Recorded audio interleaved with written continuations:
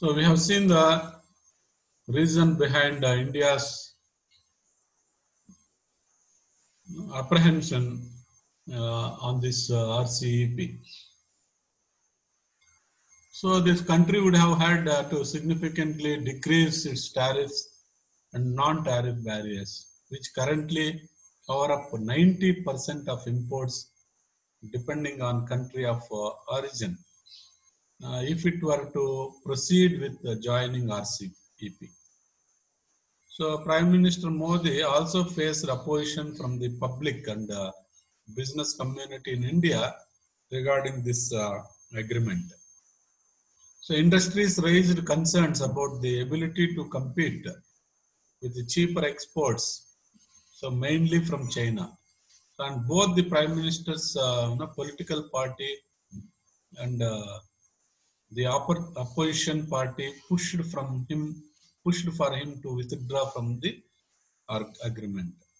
See, here, this main reason is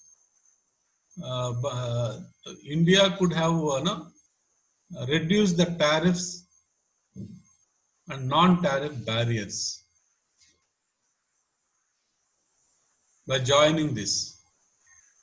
See, but opposition parties and industry, Indian industry, all public oppose this agreement, because if you join this economic partnership, this agreement, then India would face this cheap exports from particularly China.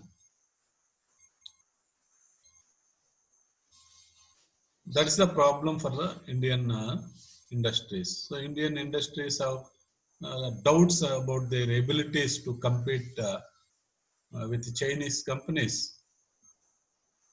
So that is also one of the reason why Indian industry opposed this joining of RCEP.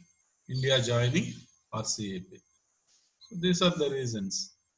So then, what does RCEP cover, and how does it compare to other regional agreements?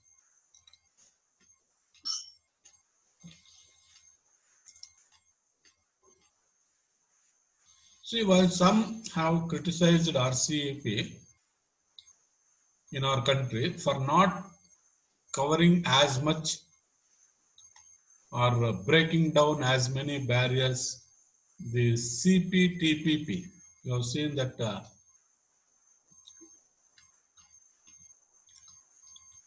and RCEP provides tariff reductions. Although some market access issues still need to be hammered out. See, definitely the member countries would have some apprehensions on some issues, not to know all the issues that have been covered by RCEP. So India's concern is only on this agricultural products, particularly dairy. So the agreement provides a framework for future negotiations and changes. So this economic partnership, spans 20 chapters compared to the CPTPP's 30 chapters and the 34 chapters in the United States, Mexico and Canada agreement, that is called USMCA, United States, Mexico, Canada agreement. See, coverage, you can see the coverage, 20 chapters. RCEP is in a spans 20 chapters, where CPTPP, it is 30 chapters, where this one USMCA, 34 chapters. So in addition to lacking breadth compared to the CPTPP and the USMCA, this regional comprehensive economic partnership is also expected to lack the depth of those agreements. So the exact tariff schedules will not be known until the agreement is signed in 2020 and are expected to be unambitious compared to the other agreements. So most members of this RCEP are expected to reduce tariffs on only 80% of tariff lines. So these are, although with India's withdrawal, that number may increase to 93% and maintain carve-outs for agricultural products.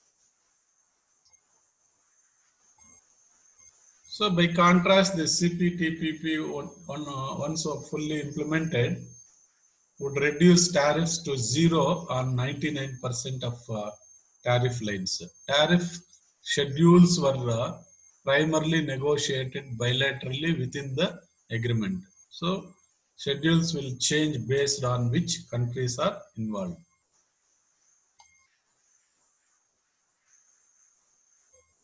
So main reason is tariffs in the sense import and export duties. So if you have a common agreement on these tariffs, then it would be easy for international trade among the member countries. So one of the most significant changes under this agreement is the creation of common rules of origin for the entire bloc. Once implemented, these member countries of this bloc will only require a single certificate of origin. This will allow companies to easily ship products between these 15 countries or CEP without needing to worry about a specific rule of origin criteria in each country or for each manufacturing step. A common rule of origin for the RCEP bloc will lower costs for companies with supply chains that stretch throughout Asia.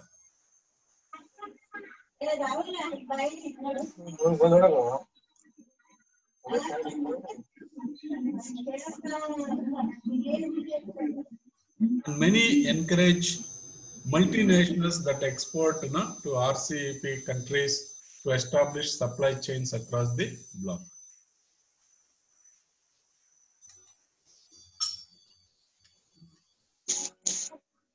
So you can understand now how easy for the companies and the countries to do business across the world. Once they come to an agreement and sign the agreements removing all these barriers for trade. Of course, this kind of countries may lose in certain things and gain in other things.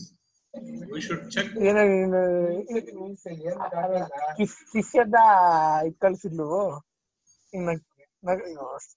ಇದು ನೋಡ್ಬಿಟ್ಟು emoji Facebook ಹಾಕ್ಕೊಡ್ತೀನಿ ಸ್ಟೇಟಸ್ಗೆ ಅವಳು ಹಿಂಗ್ ಕಳ್ಸವಳು ನೋಡು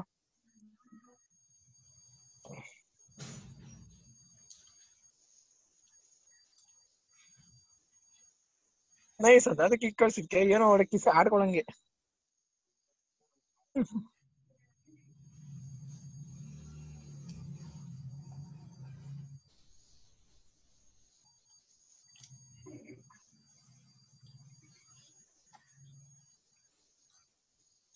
So after weighing, understanding the advantages and disadvantages by joining this kind of agreements, countries should decide whether to go with that agreement or not. So India's main concern is not only in agriculture and e-commerce, but localization of data, and particularly when it comes to agriculture and dairy industry. And not only that, by reducing these tariffs, what happens, these countries, exporting companies will dump all their products and Hello, Ramurthy. Hello.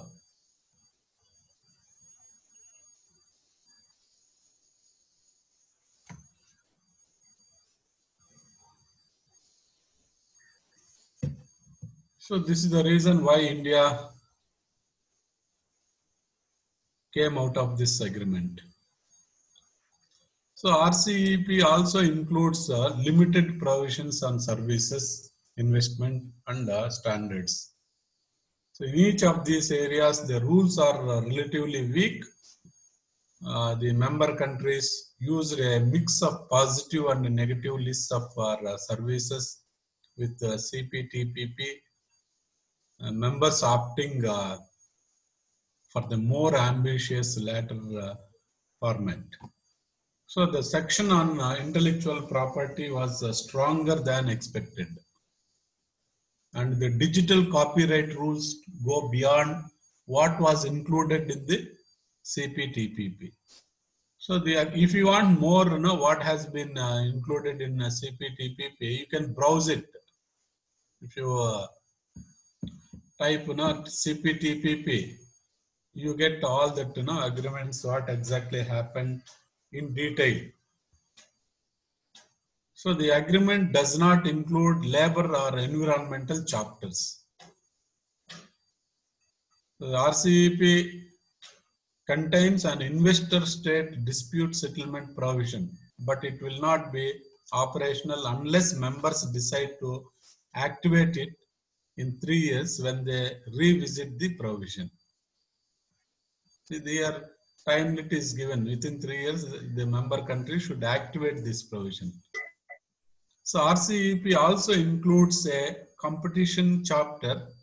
However, unlike the competition chapter, in the sense here, once you open up, once you reduce all the conditions, the countries of the nation should face the competition with the companies of other country.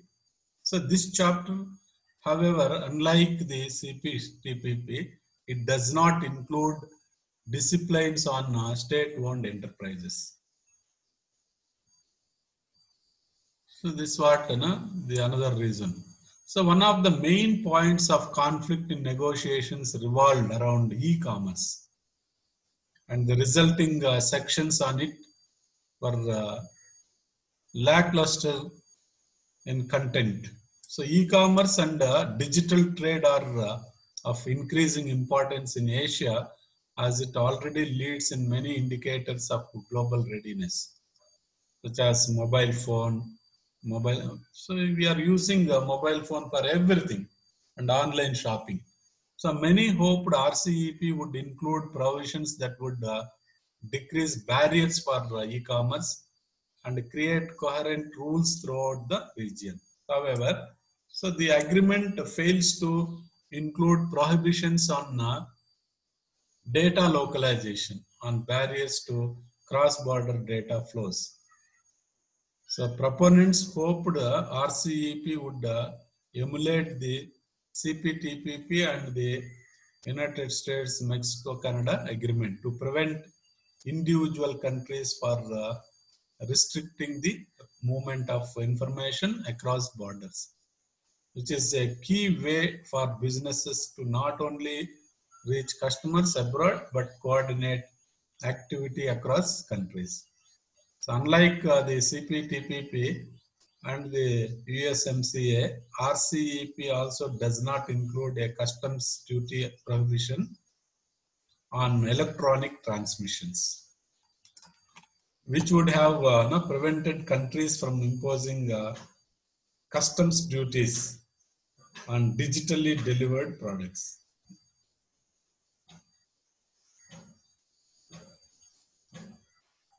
See, this does not include a customs duty prohibition in this act.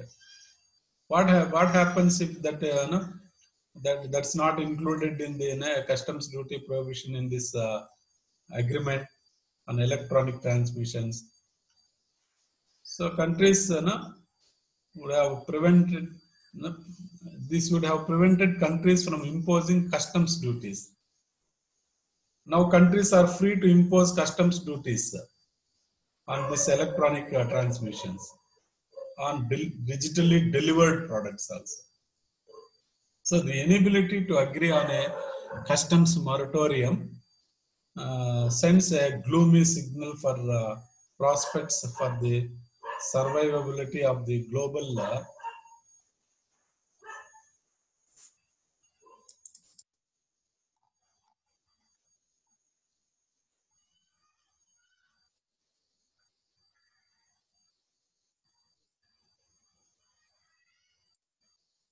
global moratorium on duties on electronic transmissions.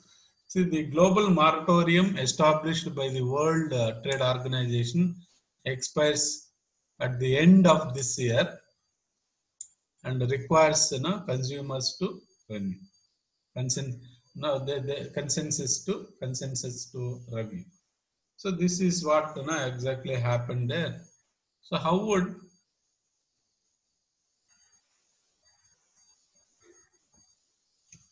how could RCEP impact the United States and US companies? So what is the impact of this agreement, Regional Comprehensive Economic Partnership Agreement, on US, United States and its companies?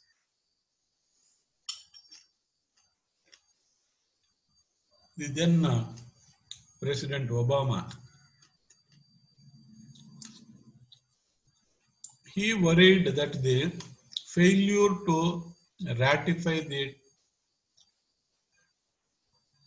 Trans-Pacific Partnership would allow China to write the trade. So write the trade rules in the RCEP, Asia Pacific, throughout through RCEP. So China has long backed RCEP as an opportunity to set regional rules for trade without the influence of the United States.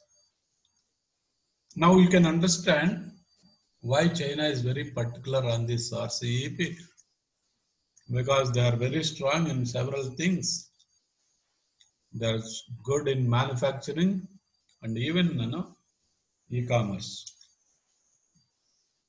So the companies in China are able to supply all kinds of products to the region.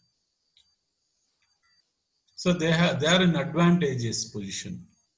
So now the US government worried, then Obama administration worried that the failure to ratify the Trans-Pacific Partnership would allow China to write the rules of this Asia Pacific through this RCEP.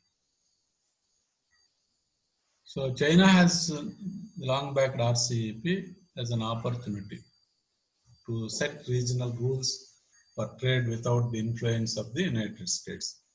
So China has pushed hardest for the deal among group members as it stands to gain economically and influence. So RCEP is important to China because of declining US-China commercial activity and its maturing economy. See, because of trade war between US and China and declining relationships and declining trade activity or commercial activity between China and US, and also that economy has reached maturity stage. So due to rising domestic labor costs, China is eager to find duty-free imports from RCEP partners to replace imports from the United States that are subject to tariffs imposed in response to US duties. So this is another reason.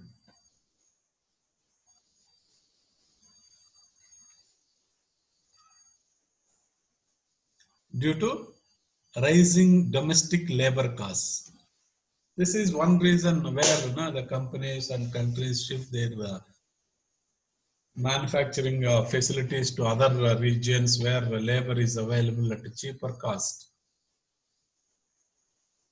Or at, to counter this, to make the products in the country, it becomes costly because of high labor cost, rising labor cost. So they import from outside, which are available at lesser cost. So liberalized access to developing markets also gives its domestic businesses more certainly that they will not have to rely solely on internal customer demand or consumer demand. Also, China likely hopes that the increased exchange in high-tech know-how with South Korea and Japan will keep it on its path to climb up the value-added chain as articulated in the Made in China 2025 policy directive. See, another reason why China is likely to push this agreement very hard. How could RCEP impact the United States and US companies in the sense?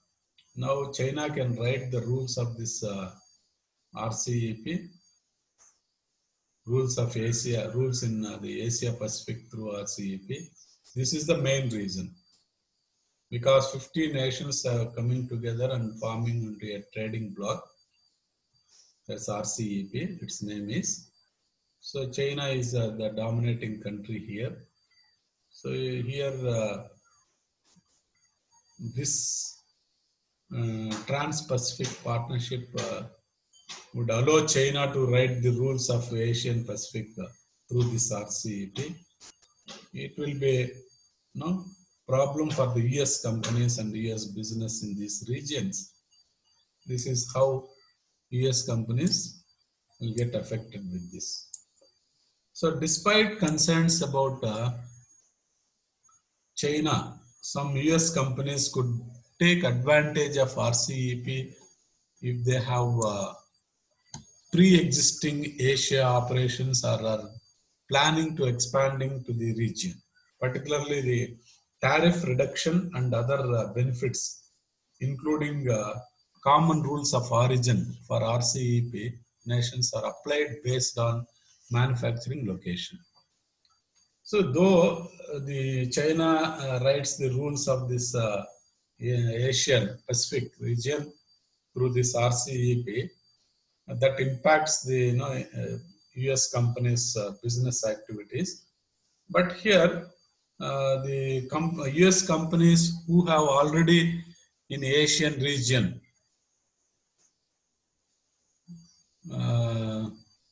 will avail the same benefits through this RCEP.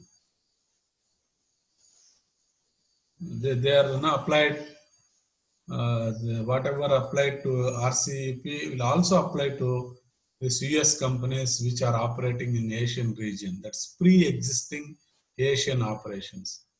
The US companies which have pre-existing Asian operations are planning on expanding to the region, particularly this tariff reduction and other benefits, whatever benefits this member countries of RCEP avails would be available even for US companies which are operating in the Asian region.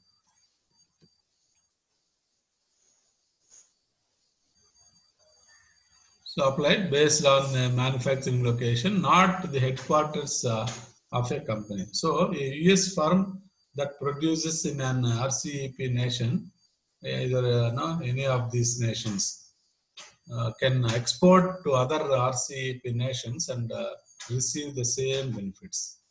That's another one side, other way, the advantage.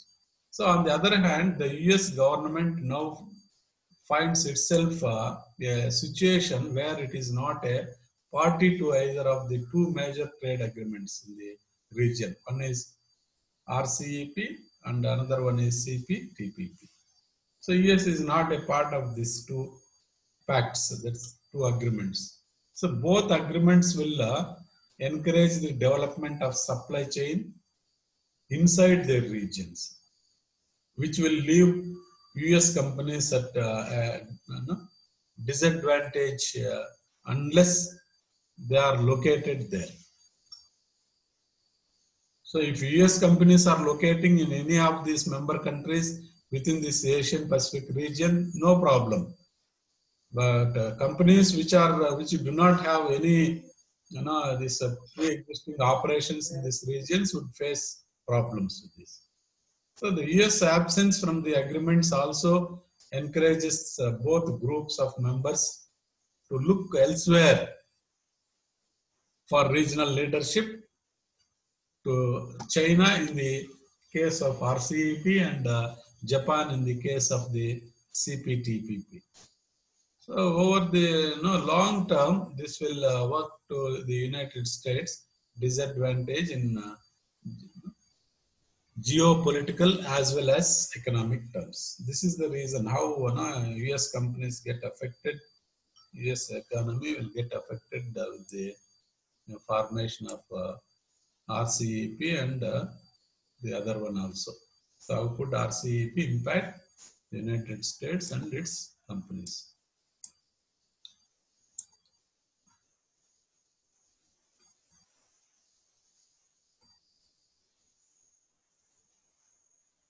So William Wrench holds this whole chair for an international business at the Center for Strategic and International Studies, CSIS in Washington, DC.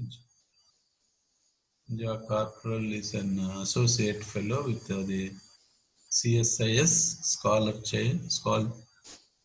Chair. Idea Mary is an intern with the CSIS Scholar Chair. So critical question is now produced by the Center for Strategic and International Studies, a private tax exempt institution focusing on international public policy issues. Its research is non-partisan and non-proprietary. CSIS does not take specific policy positions. Accordingly, all views, positions and conclusions expressed in this public should be understood to the society solely those of the authors. So these are these are the opinions of these authors. So this is how the impact of RCEP on US and its companies, and here we have seen the coverage of RCEP, that is issues that that are covered by RCEP, and how does it compare to the regional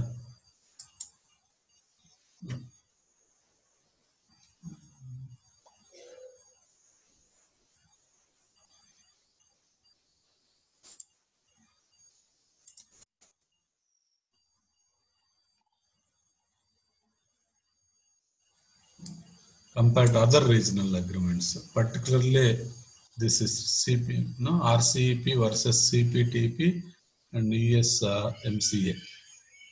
How is it different from these two agreements? So you must be thorough with this RCEP, CPTPP and USMCA. So you can browse about this USMCA and CPTPP. So this is a general thing, but to know the provisions, the issues that are fully covered under RCEP, you can browse that regional comprehensive. You just type regional comprehensive economic partnership, you get the full text of that. And the same way, CPTPP and the other one. Let's say United States, Mexico, Canadian agreement.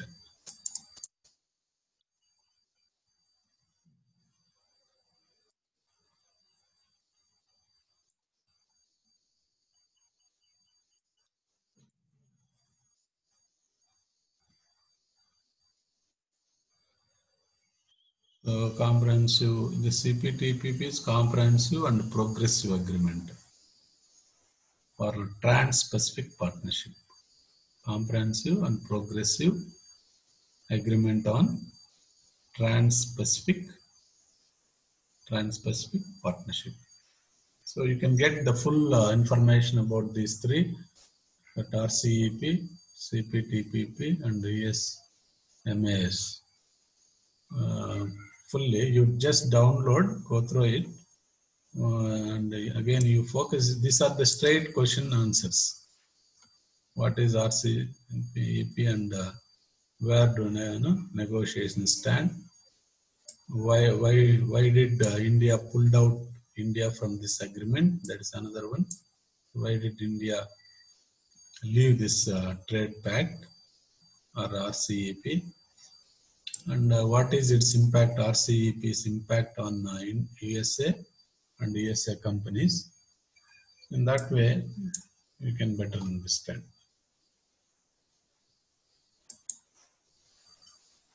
So with this, we'll close this session today. I have a workshop on this online tools and softwares and teaching learning. It is organized by JNTU Hyderabad. I have today and tomorrow. Okay, see you in the next class. So let us have only now hereafter 2 sessions for each subject, because in the timetable I have provided 3 sessions. Each subject 2 sessions per week enough. So which day we can drop this? You have IBD on Monday, Wednesday and Friday, right? So Yes, sir. So we drop next Friday this one, right? Next Friday you may not have this IBD.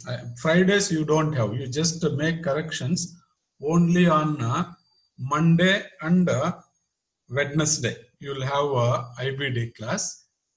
And at the same time, this one SHRM also 2 sessions enough.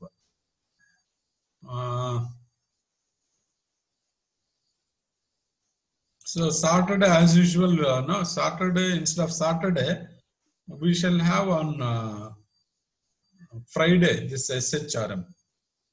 We'll shift this to Friday SHRM, and you have another session Thursday. We will cancel it. Is it okay? Okay, sir. Tuesday and Friday, sir. Yeah. IB day, you just note down. We will have Monday and Wednesday. Okay, sir. And Saturday's IBD, Saturday's Friday IBD, you cancel it. Okay, sir. So 2 days we have IBD, right? Okay. Then, Tuesday and Friday. SHRM, you shift Saturday's SHRM to Friday. Okay, sir. Okay? Okay, sir. Tuesday and Friday SHRM, sir. Yeah, Tuesday and Friday. So you cancel Thursday's one. Okay, sir. And Monday and Wednesday IBD. Yes. Okay, sir. Is it clear? Yes, sir. It is clear. Yeah. So, okay, we'll end this. This one. The workshop will start soon. In another half an hour. Okay, sir. Okay. You send the attendance later. Okay, sir.